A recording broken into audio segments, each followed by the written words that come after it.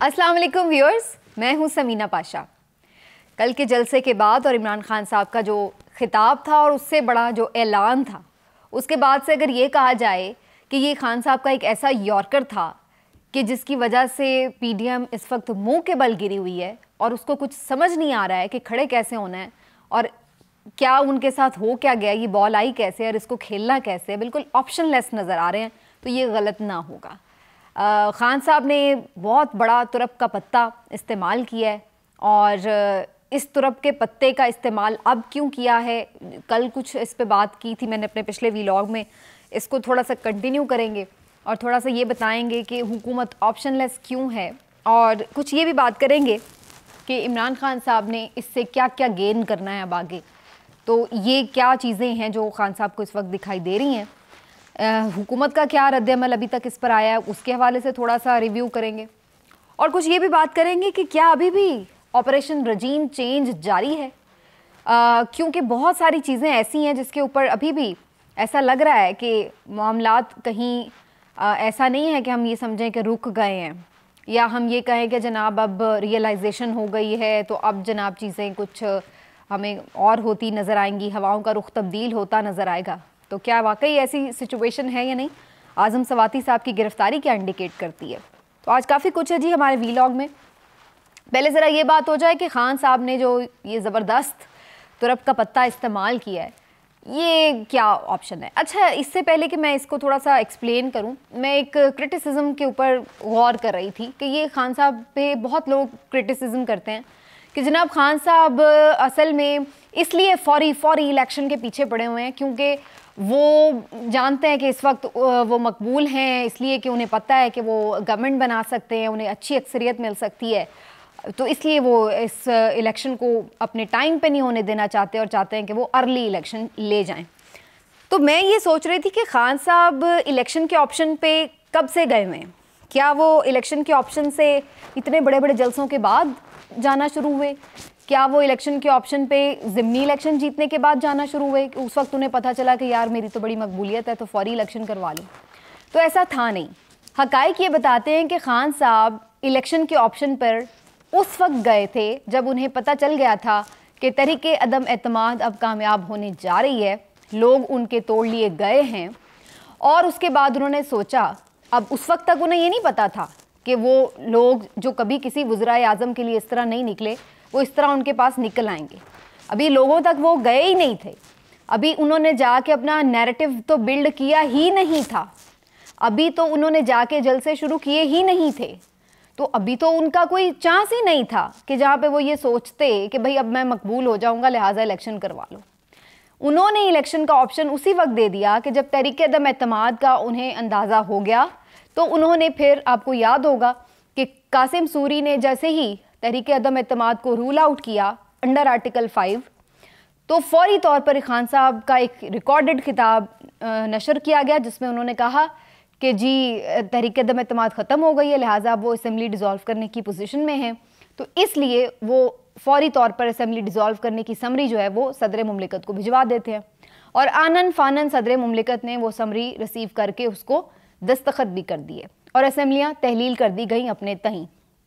ये अलग बात है कि बाद में सुप्रीम कोर्ट ने चूंकि कासिम खान सूरी की जो रूलिंग थी उसको ही कलअदम करार दे दिया, तो फिर उसके नतीजे में इमरान खान साहब की समरी और एडवाइस और फिर सदर मुमलिकत ने जो उसका नोटिफिकेशन जारी किया वो सारा ही काम कलअदम हो गया। लेकिन खान साहब ने अपने तौर पर यह काम कर डाला था, वो अपने तौर पर उसी वक्त इलेक्शन में ही जाना चाहते थे, हालांकि उस वक्त उन्हें मालूम था कि पिछले 3.5 पौने 4 साल की जो हुकूमती परफॉर्मेंस थी वो अप टू द मार्क नहीं थी। सच्ची बात तो यह है कि खान साहब अपनी हुकूमत के आखिरी दिनों में तो बहुत गैर मकबूल हो रहे थे, हर तरफ से तो उन पर क्रिटिसिज्म हो रहा था, जो पंजाब हुकूमत है उसकी बदनामियाँ अलहदा उनके गले पड़ी हुई थी, महंगाई आसमान पर थी।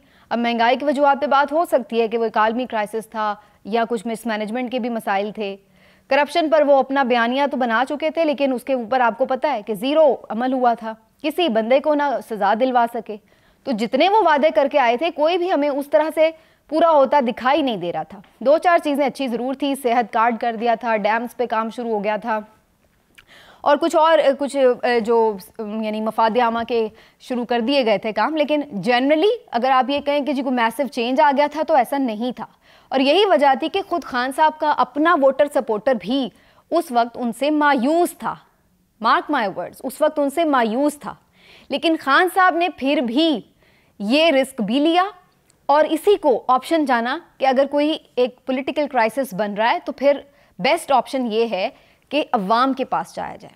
तो उस वक्त तो उन्हें पता था कि वो गैर मकबूल है, लेकिन फिर भी वो इलेक्शन करवाना चाहते थे। क्यों करवाना चाहते थे? क्योंकि वो ये चाहते थे कि इलेक्शन में जाकर अवाम की राय जान ली जाए और फिर जो फ्रेश मैंडेट हो उसके मुताबिक हुकूमत बन जाए। उस वक्त उन्हें कोई यकीन नहीं था कि वो अवाम में दोबारा से अपनी पॉपुलैरिटी गेन कर लेंगे। और फिर उसके बाद मुख्तलिफ इंटरव्यूज़ में उन्होंने बाद में ये बात बताई भी कि इवन इस्टेब्लिशमेंट से भी बातचीत में वो यही ऑप्शन की तरफ जा रहे थे कि तहरीक अदम एतमाद वापस ले ली जाए तो वो असम्बलियाँ डिज़ोल्व कर देंगे। लेकिन फिर उस वक्त इनके ऊपर खुमार चढ़ा पड़ा था। इन्होंने ये जो बदनामी का तौक अपने गले में डालना था और जो सारी लान तान सुननी थी और जो ये अपने इन्होंने कारनामे और करतूत अपने गले डालने थे, तो इनको ये चीज़ अब मचल रही थी कि किसी तरह हम हुकूमत में आ जाएं। तो फिर इन्होंने कहा कि जी अब तो हम अदम एतमाद को कामयाब भी कराएंगे और जनाब हम तो हुकूमत के साथ हुकूमत की कुर्सी पर चढ़ के भी बैठेंगे ऐसी की तैसी। तो रातों रात पे वारदात की और बैठ गए। उसके बाद से अब तक देख लें जितने माशाल्लाह ये नेकनामियाँ समेट रहे हैं और जितनी अवाम ने जितनी 3.5 साल में इमरान खान को बद्दुआएं नहीं दी, उतनी इनको 3.5 महीने में बद्दुआएं मिल गई थी। तो कहने का बात ये कि ये जो एक किया जाता है कि जी वो इसलिए पीछे पड़े हुए हैं, तो भाई उस वक्त उन्हें नहीं मालूम था, लेकिन फिर भी वो इलेक्शन की तरफ ही जाना चाहते। तो वो एक कंटिन्यूसली 8 महीने से एक ही बात कर रहा है बंदा, जब से तहरीक अदम एतमाद जमा कराई गई है कि इलेक्शन। तो ये अब ये अलग बात है कि उस दौरान उसने मेहनत भी की, उन्होंने अपना नैरेटिव भी बिल्ड किया, लोग भी उनके साथ जुड़े, गोलियां भी उन्होंने खाई, सारा कुछ किया। अल्टीमेटली वो मकबूलियत में इजाफा ही हो रहा है। और अगर अब कोई इस खाम ख्याली में है कि वो अगले साल तक इलेक्शन डिले करके यानी अक्टूबर नवंबर तक तो जनाब कोई उसमें पॉपुलैरिटी में नीचे कमी आने का इम्कान है, तो फिर वो उसकी मर्ज़ी है, वो फिर मज़ीद खाम ख्याली में बैठा रहे। लेकिन बहरहाल खान साहब ने जो इलेक्शन में जाने के लिए असम्बलियाँ डिज़ोल्व करने का तुरप का पत्ता भेजा है, फेंका है, ये बड़ा इंटरेस्टिंग है। हुकूमत बिल्कुल इस पर ऑप्शन लेस है।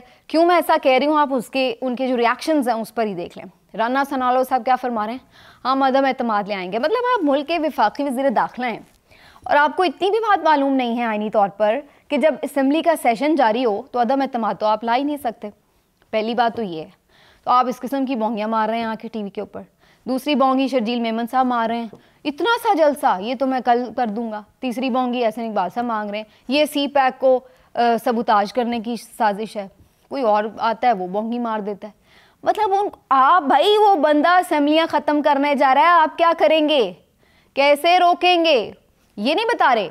बोंगियाँ क्या मार रहे हैं, जलसे में 2000 लोग थे, 5000 लोग थे, फ्लॉप शो था, ये गंदा है, ये बुली है, ये है, ये वो है, ये इंतशार खान है, और वही जो एक रटे रटाए उनके तरीके होते हैं उस पर आ गए। भाई अब आप माहिर सियासतदान है ना, बहुत आपका तजर्बा है, तो बताएं अब आपके पास क्या तोड़ है उनकी इस चाल का। तो वो तो किसी को दिखाई नहीं दे रहा। अब सबको नज़र आ रहा है ना गवर्नर रूल लगाया जा सकता है इस वक्त, सदर के मर्जी के बगैर गवर्नर रूल लग नहीं सकता, सदर उनके अपने हैं। अब आप क्या करेंगे, अदम एतमाद आप ला नहीं सकते, फिर आप क्या करेंगे। परवेज़ इलाही साहब ने वीडियो बयान जारी करके सारी जो उनकी एक आखिरी उम्मीद थी उसमें से भी हवा निकाल दी कि भाई हम तो फौरी असम्बली एक दिन में तहलील कर देंगे जिस वक्त खान साहब हुक्म करेंगे। वैसे तो मोहन सलाई ने कल ही ट्वीट कर दिया था, परवेज़ इलाही साहब ने बाकी रही सही उम्मीद पे भी पानी फेर दिया। तो अब सर पकड़ के बैठे हुए हैं, समझ कुछ लग नहीं रही। अब एवं ही आके बस लगे हुए नहीं देखिएगा ही बस एवं ऐलान ही है, करेंगे नहीं, ऐलान ही है। चलें भाई ठीक है, अब आप इस आस उम्मीद पे जीते रहें कि ये सिर्फ ऐलान ही है, क्योंकि खान साहब ये कह चुके हैं कि 1 हफ्ते के अंदर ही ये प्रोसेस कंप्लीट हो जाएगा। मंडे को इस सिलसिले में एक अहम इजलास बुला लिया गया है जिसके अंदर इसके ऊपर हतमी मुशावरत करके मे बी डेट का ऐलान कर दिया जाए। खान साहब ने ये सिर्फ आपको एक मौका दिया है कि अगर मीनवाइल कोई इनसे डिस्कशन करके कोई एक ओवरऑल जनरल इलेक्शन के हवाले से किसी स्पेसिफिक डेट पर इत्तफाक़ राय हो जाता है तो वेल एंड गुड, वरना वो इलेक्शन की तरफ आधे से ज़्यादा मुल्क को लेकर जा ही रहे हैं। इमरान रियाज खान साहब ने एक दफ़ा एक बात की थी प्रोग्राम में, कल मुझे उनका वो कमेंट अचानक से याद आया जब खान साहब ने ये ऐलान किया। तो इमरान रियाज खान ने कहा था कि ये लोग हुकूमत वाले जो है ना ये इलेक्शन में जाएंगे नहीं, बल्कि इमरान खान इन्हें घसीट कर इलेक्शन में लेके जाएगा। और मुझे अब वो होता हुआ नज़र आ रहा है कि वो वाकई घसीट कर इन्हें इलेक्शन में लेके जा रहे हैं। कैसे भाई? देखिए, जब पंजाब में और केपी में असेंबली डिज़ोल्व हो जाएगी, ठीक है ना, तो सिंध में असम्बलियों से इस्तीफ़े देंगे वो, पंजाब सूबा बलोचिस्तान में भी असम्बलियाँ में नशस्तें हैं उनकी, वहाँ से भी वो इस्तीफ़े देंगे। तो उसके बाद क्या होगा? इन तमाम नशस्तों पर इलेक्शन होगा। 2 में तो पूरा कंप्लीट इलेक्शन होगा और बाकी इन जगहों पर जो है वो ज़िमनी इंतखाब होगा। तो क्या वो खान साहब अकेले लड़ रहे होंगे? इन लोगों को नहीं लड़ना होगा क्या? ये चुप करके वहाँ पे मुंह बना के शक्ल देख रहे होंगे? तो ले आए ना फिर खान साहब आपको घसीट कर इलेक्शन की तरफ, लड़ें फिर। अब आप आए, बैठें, करें पंजाब असम्बली में मुकाबला, करें आप खैबर पख्तूनख्वा में जाके इलेक्शन के लिए मुकाबला। तो जब 2 बड़े सूबों में इलेक्शन हो रहे होंगे और सिंध असम्बली में भी अच्छी खासी नशस्तों पर इलेक्शन हो रहे होंगे, बलूचिस्तान में भी इलेक्शन हो रहे होंगे 7 हल्कों में ज़िमनी, तो क्या ख्याल है, क्या वो जनरल इलेक्शन का माहौल नहीं होगा? और क्या इन तमाम जो आराम से कुर्सियों में बैठे हुए, कमरों में ठंडे में बैठे हुए, बल्कि अब तो गर्म कमरों में कहना चाहिए, हुक्मरान है, ये क्या चुप करके तमाशा देख रहे होंगे? अगर देख रहे होंगे तो बड़ी बात है भाई। निकलना पड़ेगा आपको भी, आना पड़ेगा मैदान में, खींच के लाना पड़ेगा आपको खान साहब को, और ऐसा ही उन्होंने कर डाला है। लेकिन अब बात यह कि खान साहब ये कर गुजरे। अगर खान साहब इसमें मज़ीद किसी मसलहत का शिकार होते हैं तो फिर शायद ये उनके लिए बहुत अच्छा ऑप्शन ना हो। ये मैं इसलिए भी कह रही हूँ कि खान साहब के इसमें 2 विन विन सिचुएशंस हैं। पहली बात तो ये कि अगर जनरल इलेक्शन की तरफ ही अल्टीमेटली बात चाहती है और उसमें खान साहब को थोड़ा कॉम्प्रोमाइज़ भी करना पड़े, जैसे कि खान साहब हो सकता है इन इलेक्शनों के लिए कहें कि जी जनवरी फरवरी में करवा दें, लेकिन अगर जनरल इलेक्शन तक बात जा रही है तो हो सकता है उन्हें ऑप्शन दिया जाए कि भाई आप अप्रैल में करवा दें। तो मेरा ख्याल है अगर 1-2 महीने के डिले से ओवरऑल एक कंसेंसस के साथ इलेक्शन हो जाते हैं तो ये एक अच्छी ऑप्शन हो सकती है। तो बेहतर ये कि होगा कि खान साहब उसकी तरफ जाएं।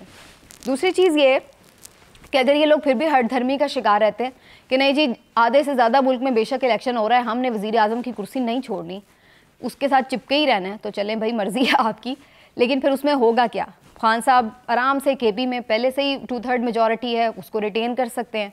पंजाब असम्बली में जहाँ पे एक मुश्किल का शिकार रहते हैं वो हर वक्त, अब फिर सुना था जनाब जरदारी साहब फिर आ गए, डेरे डाल के बैठ गए कोई हुकूमत गिराने के लिए, तो वो जो हर वक्त हुकूमत पे लटकती हुई तलवार है उससे भी उनकी जान छूट जाएगी। पंजाब में इलेक्शन हो जाएगा, अभी ज़िमनी इलेक्शन में हमने देखा है 70% नशस्तें वो जीत गए। तो अगर पंजाब में वो 60-70% नशस्तें फिर जीत जाते हैं तो कम अज़ कम एक स्ट्रॉन्ग गवर्नमेंट बनाने की पोजीशन में होंगे। तो 2 सूबों में फिर से उनकी हुकूमत होगी जो कि एक स्ट्रॉन्ग हुकूमत होगी। तो अल्टीमेटली वो फिर उनके लिए एक विन विन सिचुएशन है। और जो इन सबसे हटकर एक और बड़ी इंपॉर्टेंट बात है, जो पाकिस्तान की तारीख़ के लिए बड़ी इंपॉर्टेंट बात है, वो ये है कि खान साहब एक ऐसे पॉइंट पर आ गए हैं और उन्होंने एक ऐसी चाल चल दी है कि जहाँ पर वाकई उन्होंने इस्टेब्लिशमेंट का रोल, सियासी मुदाखलत बिल्कुल कॉर्नर कर दी है। अब इस्टेब्लिशमेंट इस हवाले से कोई भी किरदार, सिर्फ ये किरदार ये अदा कर सकती है कि उन्हें भी कहे कि चलो चलो आ जाओ इलेक्शन में। इसके अलावा वो ये बात नहीं कर सकते कि भाई अब वो रोकें या वो कोई इधर उधर बंदे तोड़ें जोड़ें, क्योंकि ये सब चीज़ें अब ला हासिल हो चुकी हैं। तो इस्टेब्लिशमेंट को बिल्कुल आउट करके जो पॉलिटिकल आपके लीडर्स हैं, जो तमाम यहाँ पर PDM की सियासी जमातों के सरबराह हैं, उनके लिए ये एक ऑप्शन है कि अगर आप भी इस्टेब्लिशमेंट को बिल्कुल सियासत से बाहर रखना चाहते हैं तो उनको इसमें मत घसीटें। आए, अब आपको पता है खान साहब असेंबलीज डिसॉल्व करने जा रहे हैं, तो अब आप भी उनके साथ बातचीत का आगाज़ करें और उन्हें एक कंसेंसस पे ले आएँ। तो अब आपको ये बात माननी पड़ेगी कि इस्टेब्लिशमेंट के बगैर भी खान साहब ने ये बहुत बड़ा पत्ता खेला है और इसके ऊपर इस्टेब्लिशमेंट को महदूद करने का ये एक बहुत ही अच्छा मौका है। लेकिन क्या वाकई हमारे मुल्क में ऐसा होगा? We can just hope. बाकी जनाब ये बात के जहाँ तक मैं ये बात कह रही हूँ कि जो इस्टेब्लिशमेंट है उसका रोल और ये सब रजीम चेंज ऑपरेशन, आज़म सवाती साहब के ऊपर मैंने आज एक ट्वीट भी किया और मेरा ये मानना है कि जब आप किसी शख्स को इंसाफ नहीं देंगे तो फिर मुंह खुलेंगे, जब सुप्रीम कोर्ट दरवाजे बंद कर लेगी तो फिर मुंह खुलेंगे। आप आज़म सवाती साहब से इख्तिलाफ़ कर सकते हैं कि वो उन्होंने खुल के क्यों जी इतना बड़ा जुर्म कर दिया, मान लिया, आज़ादी इज़हार राय की लिमिट भी कह सकते हैं, आइन की खिलाफ वर्जी भी कह सकते हैं कि जी सरबराह फ़ौज पाकिस्तान को नहीं कुछ कह सकते वगैरह वगैरह, जो मर्ज़ी आप आर्टिकल लगा लें। लेकिन बात ये कि वो बंदा जिसको आपने उसकी पोतियों के सामने मारा, बीवी बच्चों के सामने मारा, उसको आप आधी रात को गिरफ़्तार करके ले गए, कपड़े फाड़ दिए, कपड़े उतार दिए, वीडियो बनाई, फिर उनकी अपनी अहलिया के साथ वीडियो आपने उनके घर वालों को भेज दी अजियत के लिए। ये सब करने के बाद जब वो बंदा पहुंच रहा है कि भाई मेरा केस तो ले लो, मेरी बात तो सुन लो, मुझे इंसाफ चाहिए, तो उस पर इंसाफ के दरवाजे बंद कर दिए।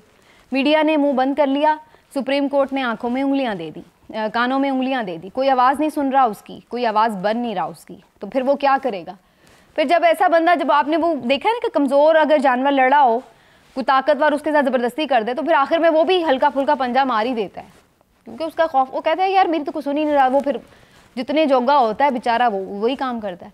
तो अल्टीमेटली क्या होता है, मैंने बहुत सारे ऐसे मुलाजमीन को भी देखा है जिनके मालिकान बड़े सख्त होते हैं ना, तो वो जब मालिकान के सामने तो बेचारे मजबूर हैं, हाथ बांध के खड़े होते हैं, इधर उधर जाते हैं तो ऐसी ऐसी गालियाँ देते हैं और ऐसी ऐसी बद्दुआएँ देते हैं, क्योंकि जहाँ जितना जिसका बस चलता है फिर वो करता है। तो यही आज़म सवाती साहब के मामले में अगर सुप्रीम कोर्ट उनका केस टेकअप कर लेती, समाअत हो रही होती, उन्हें तसल्ली होती, कोई उम्मीद होती कि चलो यार केस चल रहा है, इंसाफ हो जाएगा, भले आप उस केस में ट्रायल के ऊपर, मेरिट के ऊपर उनको ही गलत कह देते कि भाई आपने गलत किया, लेकिन केस तो टेकअप करते, बात तो सुनते। जब आप बात ही नहीं सुनेंगे तो फिर अगला बंदा क्या करेगा? जो उसके मुंह में आएगा वो बोलेगा। तो यही वो कर रहे हैं। तो ये एक एग्जाम्पल है तमाम लोगों के लिए कि कभी भी तमाम रास्ते सबके लिए बंद नहीं करने चाहिए।